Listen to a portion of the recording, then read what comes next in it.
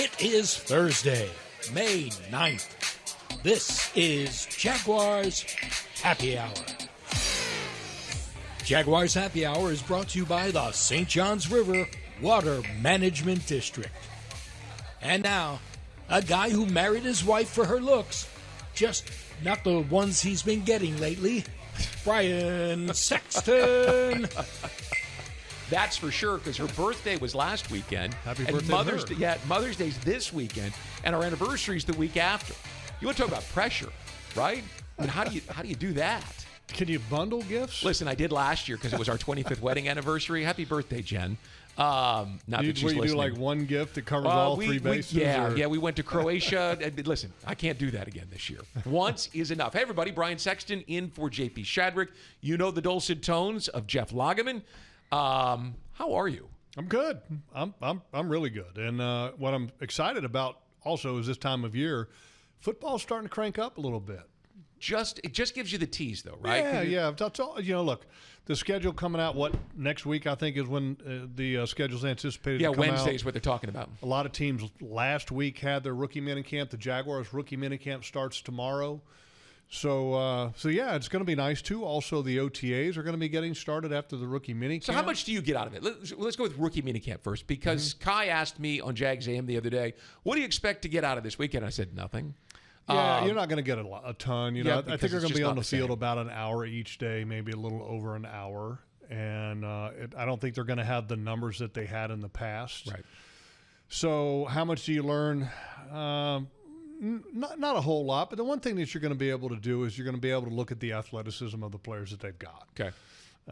Beyond that, there's not a whole lot. So, I mean, I've done this a long time. I kind of know what to look for, but you look at it through a completely different lens. So let's start with... We didn't have a rookie minicamp, by the way, when I got drafted. No, you just went right to training camp? Yeah, well, we had a mandatory minicamp. Okay. Typically, every team had one. If you had a new head coach, then you were allowed to have two, even back into that early era.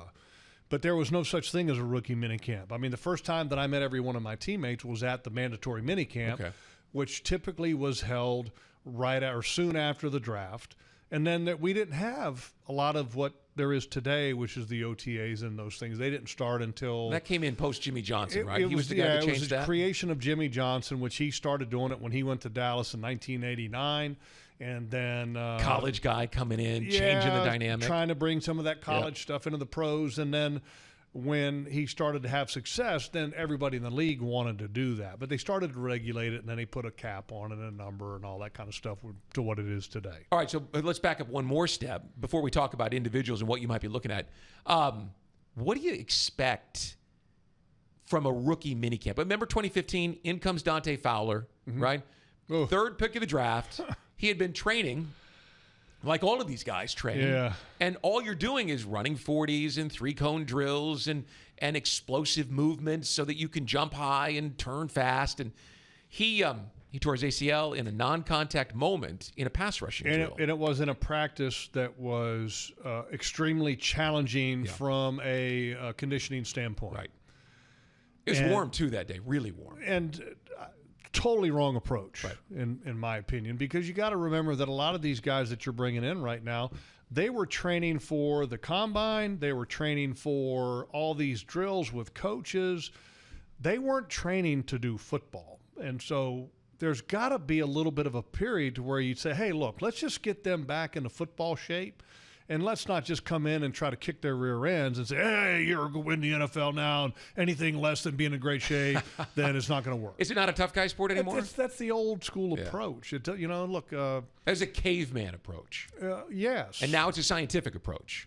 Totally. Right. It's got to be a sports science approach. So what are they going to get done this week? I mean, besides stretching and getting to know each other, what's on the to-do list if you're in charge, let alone what Doug's going to ask of them?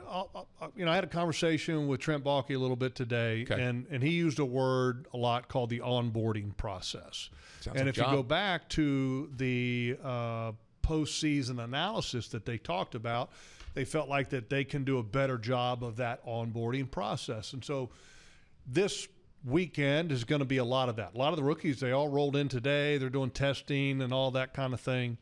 And so over the next couple of days, it's going to be kind of an acclimation period more than anything, or onboarding period, so to speak, to where you're trying to get them in the best mindset so that over the course of a couple of days, they're going to learn a lot of things. One, learn some of the scheme, learn some of their coaches, learn what they need to do between now and the next time that they come back, and learn what they're going to be doing in the future. Okay. So I think it's a great approach. Because, look, you're not going to win any games in May. No.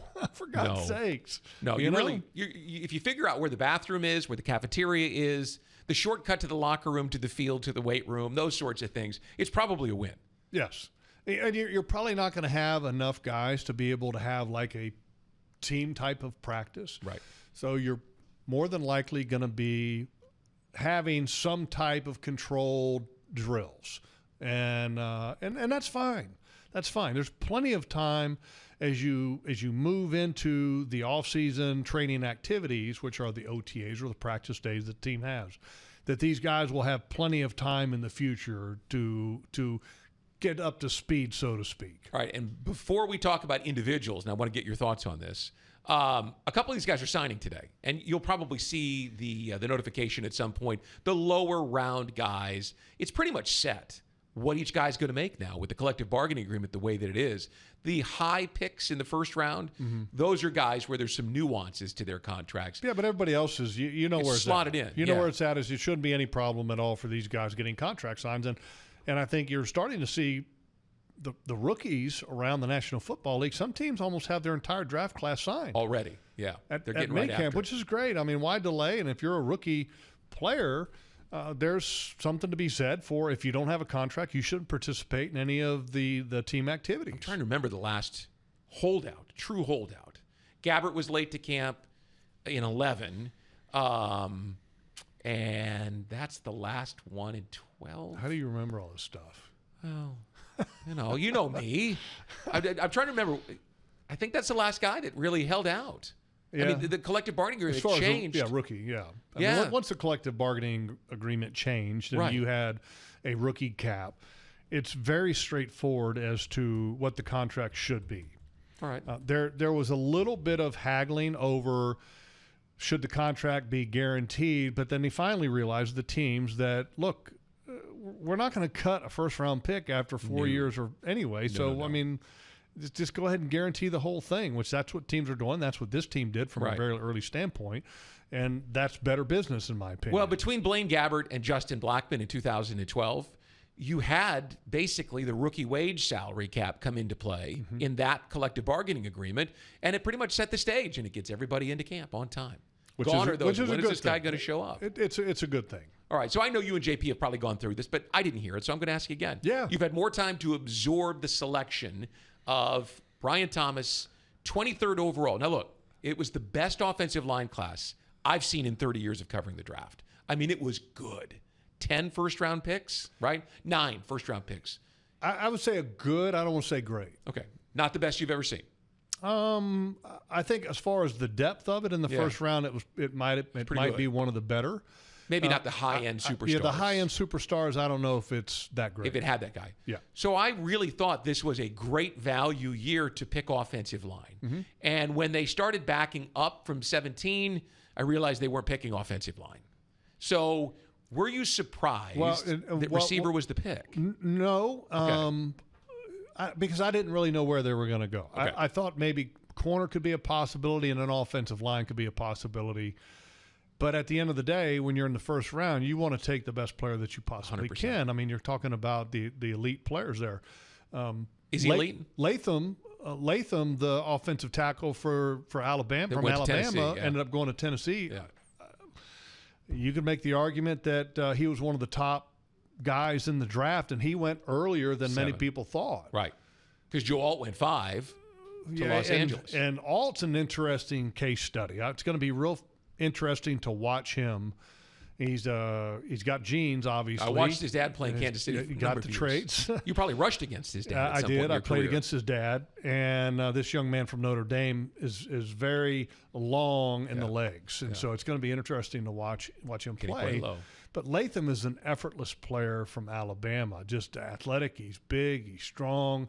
You know, could he play left? I think he can play left. Yeah. I guess that's where they've got him slotted to play in Tennessee. And Bill Callahan is considered one of the best offensive line coaches in recent memory. The dad, right? Yeah, the dad. Is the son's name? I don't know if he's not Bill, is it? Bill is the dad. Bill is the dad. Yeah, who was the head coach at Nebraska. And the son, I don't remember his first name. No, you challenged me. We'll figure that out. So, but the receiver, I had Brian Thomas as the third best receiver in the draft class. Okay. 1 and 2 were obviously Neighbors. Neighbors and Harrison. Right. And I thought that they were interchangeable. Okay. So you had Brian Thomas ahead of Rome Odunze. Yes. Wow. Odunze is a catch and kind of go down guy. Okay. He's not one of those guys that can get the great separation that Neighbors got, or that Neighbors is special, or that Thomas can get because he's got great speed. Did I tell you I ran into Cortez Hankton, who is the offensive coordinator at LSU? I ran into him in Detroit when I was Jaguar up there for the draft. Receiver. 100%, and he sought me out to say, "Hey, Brian, these are my guys, and the guy that you got might be the most physical, athletic specimen that I've ever coached." 6'3", and he runs a 4.33, legitimate 4.33. Right. And interesting, as part of that conversation that I had today with Trent Baalke, he said that at the combine they do all kinds of measurements, right? I mean, you know, and in the 40-yard dash time, they have they time them, or they get a miles per hour speed in that 20 to 40-yard range. He generated the fastest speed of any player at the combine in the 20 to 40-yard range, running his 40-yard And it's dash. a speed game. It's a total speed game. But this guy's 6'3". Yeah. It's not like he's, 5'11" burner. This is a 6'3" burner. Do you see a 6'3" burner who's willing to go over the middle? I don't know that they're going to ask him to do that as much here, but is he a willing physical guy? He's willing to do anything. All right, well, that's a good sign. He's the ultimate team player. Okay. I actually got an email from a friend of mine who was a former executive of this football team, who's obviously a very still big fan. Okay. And he said, "Have you watched the film of Thomas where he's blocking on Jaden Daniels' 85-yard run?" So I had to go and watch it. Right. And he's running down the field and blocking. Yes. Good. Those are the little things that the average fan isn't paying attention to because they're following the ball. Matters. Right? It totally matters. If you see that kind of effort from a receiver. The interview that Kanani Stevens had with Thomas was exceptional because it showed how humble he was. And Kanani had some great questions, and I think Kai did a great job. But what impressed me was some of his answers about how that he was willing essentially to do whatever it takes. Right. And that he's there to help the team win. A lot of wide receivers come in and say, "I want the ball." Right. Keyshawn Johnson, just give me the dang ball. Listen, Didn't say dang, but I go to the draft. I get these guys, if they're there, pretty quickly after they're drafted for the interview for the party. And I'm always interested to see their composure level. Are they way up in the clouds? Are they calm? He was nicely balanced between two. The energy level was high in him because he was excited about being here, but he was calm and relaxed, which I'm looking through that to see, how are you going to be when the game is big? And you wonder where he gets it from? Did you see the interview with his parents? I sure did. I loved it. I was right around the corner from him at that moment. That's when Cortez is like, "Come on over here and meet everybody." That was the best. Yeah, good people. Really enjoyed it. So are you amazed at how far you've come or where you've come? We've come from Baton Rouge. The mom Rouge. answers. Well, we came from Baton Rouge. Yes, I love it. Hey, just transparent, right? Here we are, and we're ready to go. The dad was asked about doing a Duval, and he's like, "What's that?" Yeah. I mean, it's He'll figure it honesty, out. and He'll like be leading that. it. He'll be leading it. He's the love kind of guy who will be leading it. Let me ask you about the defensive lineman in this before we take our first break. Mason Smith. Mm-hmm. He tore his ACL 2 years ago. I kind of liken him physically to a Jeffrey Simmons or even a Chris Jones. Big, strong, tall, long, impact kind of player. More like Jeffrey Simmons in that you may be catching lightning in a bottle if he gets healthy. I think Jeffrey Simmons is a little bit different player. Okay. I would compare him more to an Eric Armstead or that's a good Buckner comparison too, right? Just because he's got DeForest that Buckner. a little bit leaner. Okay. He's got the length, the size to go along with it. Was his production real high his last year at LSU? No, because he was still trying to find his way back from the ACL, and you could tell. Yeah, Trent said that at the end of his 2023 season, you started to see the guy that they were talking about. Yeah, and I think even still at the end, you could still tell that he was favoring it just a little bit, but not as much as earlier in the year. I mean, you watched the bulk of the film that I watched, which was early to midpoint of the year. It was very apparent that he wasn't back completely healthy yet. But so if you're the defensive line coach, what do you want from him? I think it's going to be interesting to see where he plays. I think he's going to be a defensive tackle. I think he could probably play both, but he could also play a big end position for this football team. Okay. I mean, he's similar in stature as an Eric Armstead. So I mean, I think those two guys could end up, being interchangeable in a lot of different ways. With Trayvon Walker up there too, who's almost that size. Not as heavy, but just the length. Trayvon's not that. He's not 295, 300 pounds. Broad shoulders and long and arms. He's strong as an ox. Right. So it'll be interesting to see how they end up utilizing. I can tell you this: they're going to win the Get Off the Bus Club. Yeah. I mean, when they get off the bus, I mean, it's in high school when you had the other team that get off the bus, and you're just like, first thing you're looking at is how big are they? Mm-hmm. You have no idea how good they are. From a lot of teams that you played, but you just looked at how big they were. When these guys get off the bus, you want them to be first off, and then your other team is going to be going, oh my God, we're in trouble. One other guy, Jordan Jefferson, the defensive interior, the tackle. Strong hands. 34 reps at 225, if that matters. But if you're going to be a guy on the inside, it matters. I mean, look, strength matters on the inside. Yeah. Big guy, strong hands. He's not a pass rusher. He's a nose tackle. Right. And he's a crusher. You want him to crush. Bounced around a little bit, and this team, I don't know what the contractual situation is with some of the other defensive linemen that they have going forward, but or the health of Devon Hamilton. Last year he finished the year, where it wasn't his best year. He didn't have a normal offseason, didn't have a normal training camp, didn't have a normal in-season with the back injury that he had. Right. And so where is he at? I don't know. Right. But at the end of the season, I was talking to Baselli. Me and him kind of both agreed that this football team needed to get more physical, both on the offense and the defensive lines. Had to be a priority. Right. And they did. They did with this draft on the defensive side of the ball. And with the offensive side of the ball, they're going to have to get better from within. Right. But remember now, last year, Cooper Hodges was on the shelf because of the knee. And then you brought in the guard from Minnesota on the trade. Ezra. And Ezra ended up getting hurt because you moved him to tackle against the Cleveland Browns, which I didn't like that. Right. Because I'm not a big fan of weakening two positions because of one injury. Moved him out to tackle, and he got hurt, and then he wasn't healthy the rest of the year. So, but Ezra, healthy, is a really good football player. Right. But you got to have some competition on the inside, and you have that with Morse being brought in. You also have that with Cooper Hodges, hopefully healed back up and being able to play again.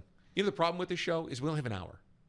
You and I could sit here and talk about this forever. Could I get two quick answers from you? Stay on the offensive side. Well, maybe. I know you got a lot you want to say. Javon Foster from Mizzou. I like him because he's got a lot of starts under his belt, two-time captain. Yeah. Showed some traits of being a really good tackle, and he played in the best conference in college football. And the defensive coordinator was reportedly pounding his hand on the table for Miles Cole from Texas Tech, the big physical specimen he's been put in that developmental basket already. But did you like it? I like him. Look, anything you get in the 7th round, show me a trait. Yeah. Show me something. Well, he's 6'6", 280 pounds, and he's got some athleticism. Yeah. Seems like he likes the game, too. He's an older guy, which a lot of these guys in the draft seem to be because of the COVID years that we've had. Exactly, the extra time. But he's got the traits. And, again, he's part of that get-off-the-bus club. 6'6", 280 pounds, defensive end. All right, so when we come back, let's do the Microsoft fan questions, right? Then I want to talk to you about the division because I think when you look at this division, it got a lot better. There's a lot of talent in this division now. Yeah, but there's one thing that Tennessee did that I don't like. All right, can't wait to hear it. But I'm glad they did it. Yeah, okay, fantastic. And then at the end, I want to get your thoughts on some undrafted rookie free agents. You got it. Sound like a good plan for the rest of the show? Like a plan, I got it. All right, you're listening to Jaguars Happy Hour. Brian Sexton in for JP Shadrick. We're back with Jeff Lageman after this.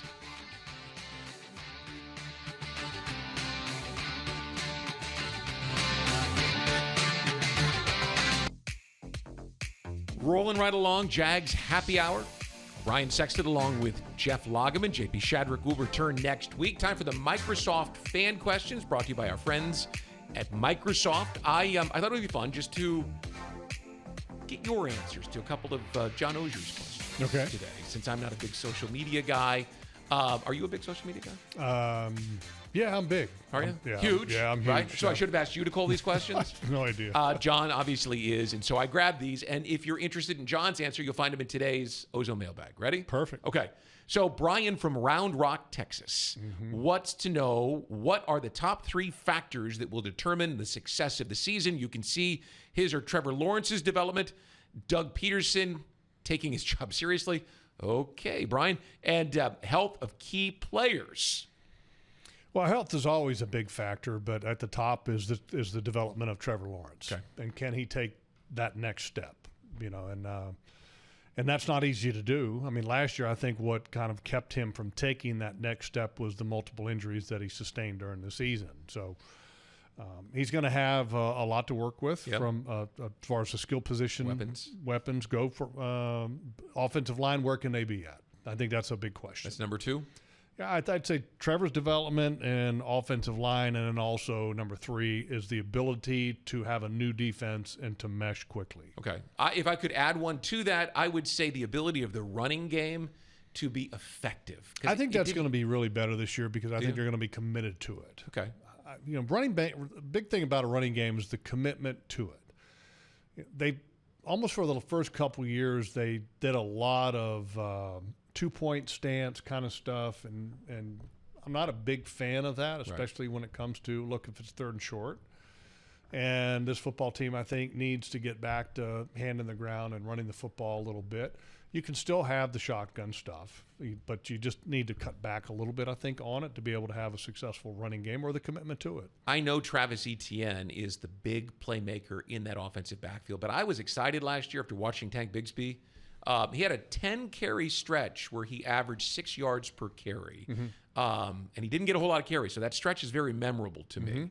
I would think that another year, and I know they couldn't get him on the field a ton because of his pass protection limitations. Well, but and then ball security was he kind of struggled a little bit with that, and then went off his hands a couple times. And then I think the confidence was affected, and it could have been his confidence in himself, but also the coach's confidence in him. Yeah.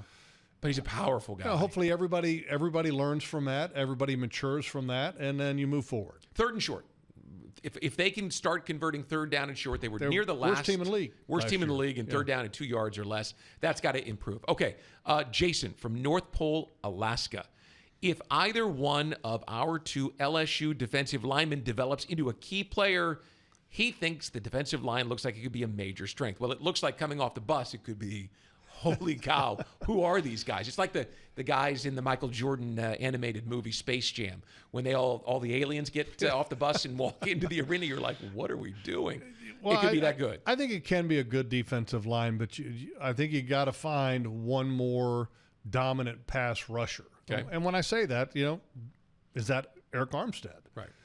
Is that your 2nd-round pick? Is that Devon Hamilton getting back and giving you some push on the inside as well? Is it your further development of some guy that you have on the roster that's you've been working on? I don't know that, but you got to have more. The best teams have substitutions where you don't lose a whole lot. Is this team do they have the ability to do that? I don't know. I think that's going to be a big question that needs to be answered in a positive way for this team to take the next step on defense. Would you be open to renting that? In other words, going out into the open market at some point this summer and looking for someone, a Bud Dupree. I'm okay with that. Yeah, I mean, or would you rather have it be one of those guys? Well, you go back to last year, Caleb Chazon. Yeah. Okay, he was your 3rd outside pass rusher. Yep. He didn't do much. I mean, if you can find somebody that can replace him in that role as that extra edge rusher, then do it. Absolutely. Look, there's nothing wrong with renting. Did you see anything from Yasir Abdullah, last year's 5th-round pick from Louisville, made you think? He struggled. Look, I think he's got some traits. Okay. And he's got like a really fluid movement to his pass rush. But he's got to, when you're a smaller guy that doesn't have the length, which is what he is, you've got to have something that gives you that difference-making ability on a play. You know, you go back to Dwight Freeney, the get-off. The other guy in Indianapolis on the other side, Robert Mathis, had a spin and a whole array of moves and a relentlessness that was, unparalleled. Do you remember that first game in 2009 in Indy when you had two rookie tackles and Eugene Monroe and Evan Britton looked like turnstiles? Nothing against them. They were rookies starting their first game. And Tough. You had those two guys, and it was just like, where's he coming from next? Where's who coming from next? The guy that just got by you. Yeah, that's David tough. Garrard was running for his life that day. It's tough, but if you can find that third guy on the outside, I think you've got a lot of tools to be able to pass rush on the inside. Trayvon Walker, a guy that can give you some inside rush. Eric Armstead, your second-round draft pick. Big Roy, Robertson Harris. Roy's got to get more consistent. Right. And he needs to stay healthy. Devon Hamilton getting back to being healthy. So I don't think you really need anything else on the inside, but if you can find a guy that you can rent to play on the outside to give you some rotational reps, by all means. Gavin, Halifax, Nova Scotia. Given the lack of depth at corner, and he says perceived lack of depth, with some good corners available, talking about renting again, Adoree Jackson, Xavier Howard, Stephon Gilmore, Patrick Peterson. The later two guys are pretty old. Amongst others, do you see the Jags going corner to add depth, or would you stay with the young guys? Does Monteric Brown give you any hope of evolving even further than he did last year so that you'd be willing to go into camp and say, I'm going to go with what I got? I think you have to start the process with having a belief in the guys that you have. Okay. And then you kind of see where they're at. Once you get into training camps, go kind of evaluate them in the OTAs, and then if you feel that there's growth being accomplished with some of these younger players, then no, you don't do that. But I think you have to be open to the possibility of renting a player at any position, like we were just talking about with the edge position or at the corner position. If you've got a quarterback, every year the Super Bowl window is open, right? Yes. Right. And if you think that your quarterback can take a jump and be that guy for you, then you got to be willing, I guess, to go out. And they've got the money. They've got cap room to be able to do it. They got the money. The offensive line would be a position also that I think you've got to take a look at and maybe say, okay, can we supplement it there? Can we make it more competitive? But to go back to the corner position, I really like our draft picks. I think Jerrion Jones is going to provide this football team with some strong competition at nickel. Okay. And then the young man DeAndre Prince from Ole Miss. Ran a 4.38. I like him. Watching his film, I really like him. Talking to different people around the league about him in particular, they think his speed is so significant that even in a press situation, if he gets beat off the line of scrimmage, he can recover. Yeah, I think he's like 182 or 83 pounds. Yeah, he's not a real big guy. But his speed is such that he can turn and run. But he's fluid. Speed is one thing, but to play that position, you've got to have – people a lot of times use the term athleticism. Yeah. For me, it's fluid. Because you got to be able to have the fluid turn and run, the fluid flipping of the hips. It's a fluidity. Is that a word? It is now. Okay. The fluidity. Physicality, I don't believe is a word, but it works. We've become accustomed to it in 30 years in the NFL. Jerrion Jones, I would like to see a little bit more physicality, better tackling with him. But Prince, I like the fluidness of his hips. I like his speed. I think he's got a chance. Final question. Randy from Duval wonders if you add Mac Jones and Ezra Cleveland to this year's draft class, round 6 looks really good. Starting left guard, backup quarterback, and a kicker. I'll take Jones and Cleveland over any 6th-round guard or quarterback any day of the week. Obviously, the Jaguars gave up a couple of picks to add a couple of veteran players. Yeah. Do you take, especially in today's day of free agency and open windows, a holistic approach and just look at the entirety of what you've done in the offseason when you get to the later rounds?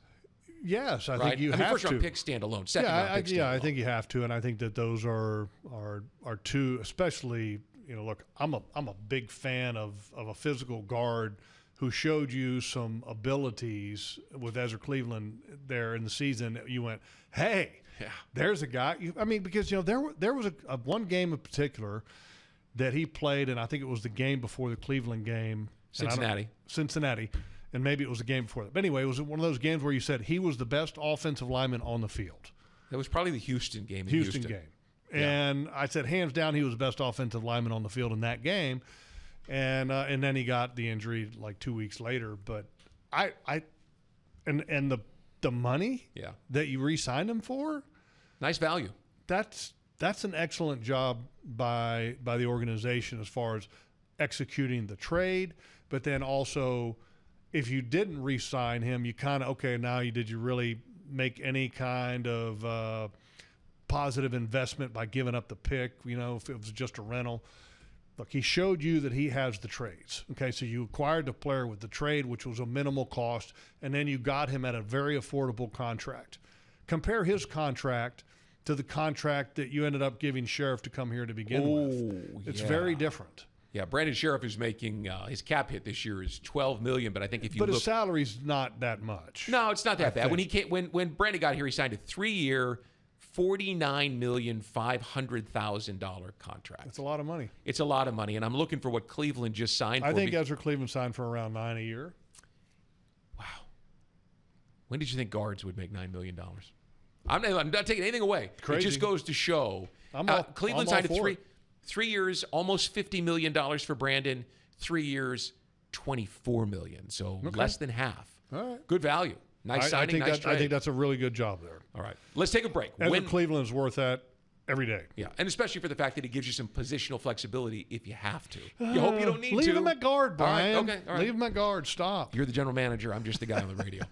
When we come back, we'll take a look around the division and get Jeff's thoughts on each of the 3 teams and how they improved themselves through the draft. And then to wrap the show up, we'll talk about some of the undrafted rookies who will be making their debut here at Rookie Minicamp this weekend. You're listening to Jaguars Happy Hour, normally hosted by JP Shadrick. I'm filling in instead, and we're back after this.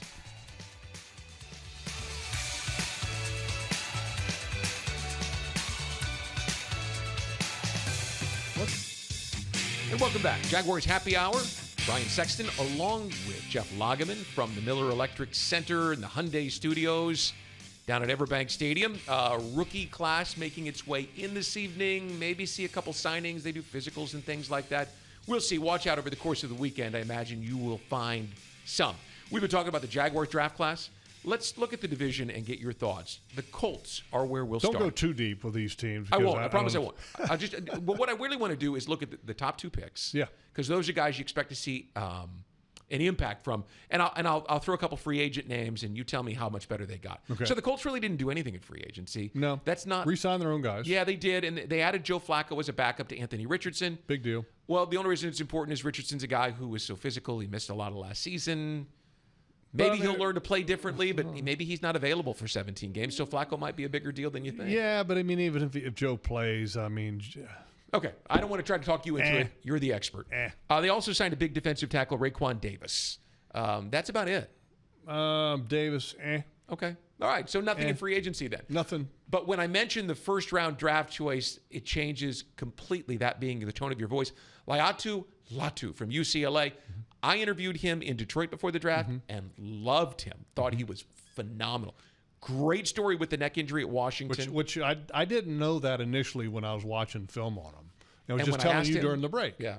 And I'm watching film on him, and as I start to get through all of the supposed top defenders, to me, Latu was hands down the best defender in the draft. Regardless of position. Best defender. Matter. Yeah, best defender in the draft. What did you like about him the most?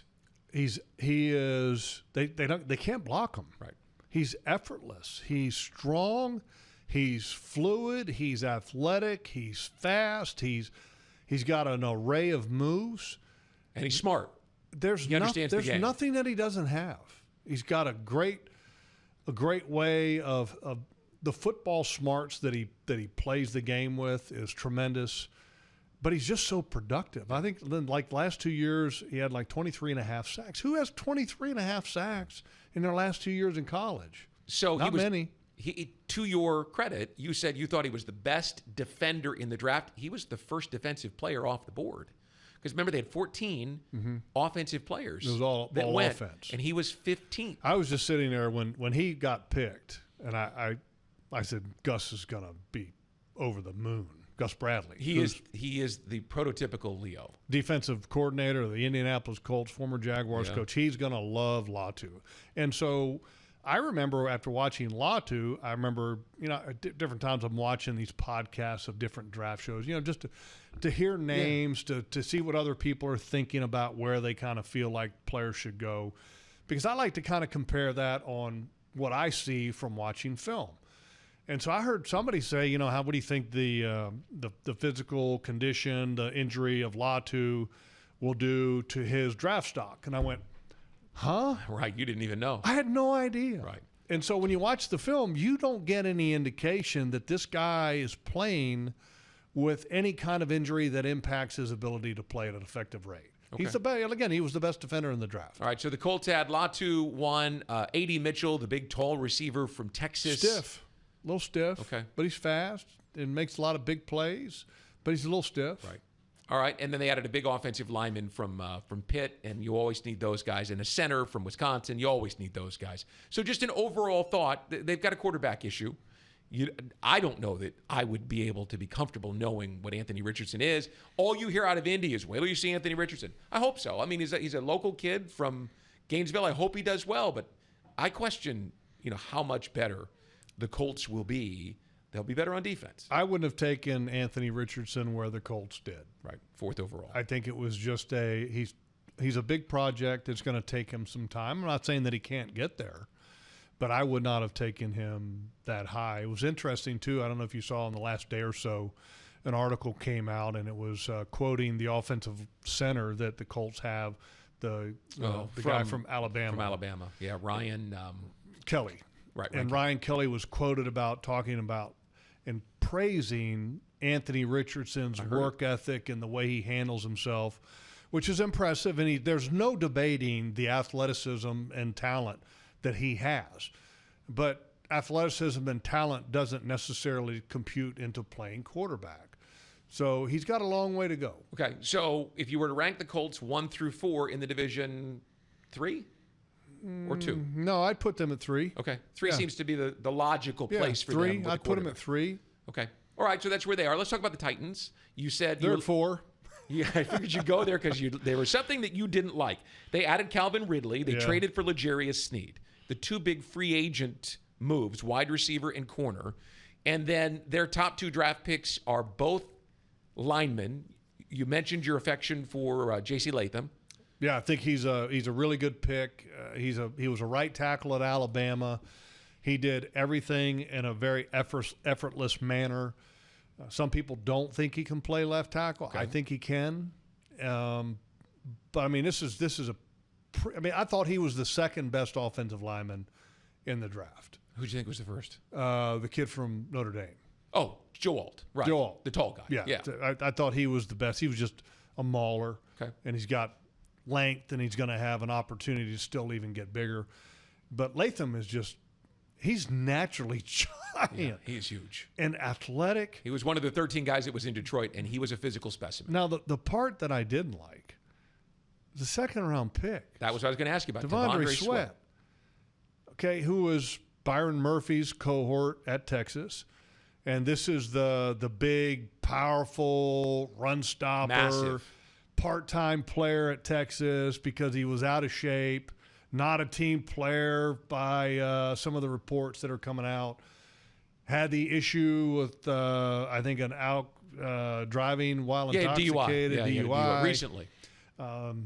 Those are all signs to me that go, red alert, red alert, red alert, stay away. Well, this and is they the franchise picked him in the second round. Yeah. Look, you don't draft defensive tackles that cannot rush the passer in the second round. I'm sorry you don't do that. Okay. So they are in the 4 hole then? Yes. Okay. Where they belong. All right. So then I'm guessing that the Texans, based on their division title from a year ago, are the team you think's at the top of the division.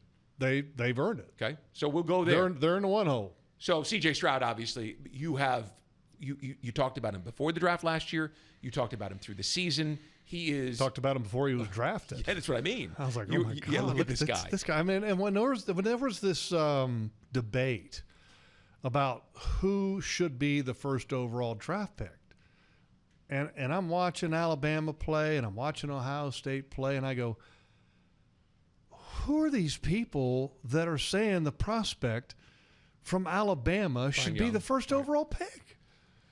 Yeah, I didn't think so either. 6'3", 225, and C.J. Stroud obviously proved it. Here's what they gave him in free agency, and then I'll give you the draft picks. Okay. Stephon Diggs, the former Buffalo Bill, who is enigmatic. I would not have done that. He's a bit of a handful. As a general manager, I would not have done that. Joe Mixon, the running back from Cincinnati. I would have done that. Who always seems at 225 pounds to beat on the Jaguars. He had the 2 touchdowns here. Joe's got a little bit left in the tank, and he's been a consistent starter. And then Danielle Hunter, the pass rusher from Minnesota. Wish we had him here. So then you add to that haul of those 3 free agents a draft class that's not deep, because remember they traded the 23rd overall pick to Minnesota, and the Jaguars then traded with Minnesota, and the Jaguars picked 23rd. But when you look at what they added a cornerback, Kamari Lassiter from Georgia. I was at Kansas when his dad played, so I know the kind of player he is. I don't know how good he is, but he'll be a guy who's in your face, physical, and not afraid to mix it up at the line of scrimmage. Yeah, it'll be interesting to see how he does. He's a guy that I watched a little bit of film on him, didn't watch a ton because he was not considered one of the top cornerback prospects. No. But the Houston Texans are going to make their significant jump with the development of C.J. Stroud in that passing game. Last year, it was at a level that was really never seen before by a rookie passer. No, they were tremendous. So, and Tank Dell was a big part of that. Now Tank's he's recovering from a knee and a gunshot wound, and you hope he doesn't get gunshot wound. Yeah, and they say that's not going to be something that's going to get in his way. You hope that his recovery is complete. Yeah, you hope, but I mean that's scary. But Stephon Diggs is the wild card, I think, in this. And the reason I wouldn't have done it is because he's proven in the past to not have his quarterback's back, so to speak. Yeah. And that he's willing to, what's the better way to put it? He's a plain diva. 100%. And the Bills knew that when they traded for him from Minnesota. And they put up with it to a certain degree. To a certain point. And then they decided it was time to cut bait and move on, and moved him to Houston. So this is feast or famine, right? Well, it could be good and it could be bad. Right. Could be really bad. But they've got the wide receivers that they have. Tank Dell, let's say he comes back and he's healthy. The other guy from Michigan. Big, tall, long guy that runs great. And he's the guy I was saying – couple years ago, this guy is really good. Right. He had a big game here in week 2 last year. Love him. It's from Michigan. Yeah. And he was like a 3rd-round pick or something like that. He was not a high draft pick. I can't believe we're forgetting his name. We're getting old, Jeff. I just want to make sure I got it. But he he reminds me a little bit of what we just got in the draft. Big, tall, fast, deep ball Collins. Nico Collins. Thank you.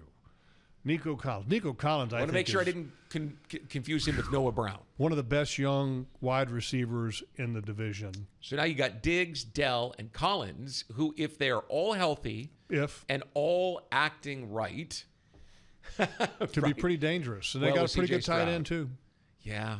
Yeah, Dalton Schultz decided to stay for another year. Be pretty good. He could have left. So I think that they are legitimately the team that you put right there, number 1. Mm-hmm. And we were sort of doing a little schedule prognosticating on Jags Am on Tuesday. By the way, D'Amico Ryans, give him some credit. He's a really good coach. He has done a really good job, because the general manager that has been there for a while, not Jack Easterby, but Easterby is now gone. Is gone. He's out of the picture. You're hitting me with everything. And the guy who came from New England, Nick. And then, all right. Anyway, he really, if you looked at some of the moves, many of the moves that he made up until D'Amico Ryans became the head coach were kind of looked at as, well, they went through a couple coaches in a couple years and back-to-back years. Well, you bring D'Amico Ryans in and did a tremendous job, and especially, a defensive-minded coach to be able to have, a quarterback that come in as a rookie and to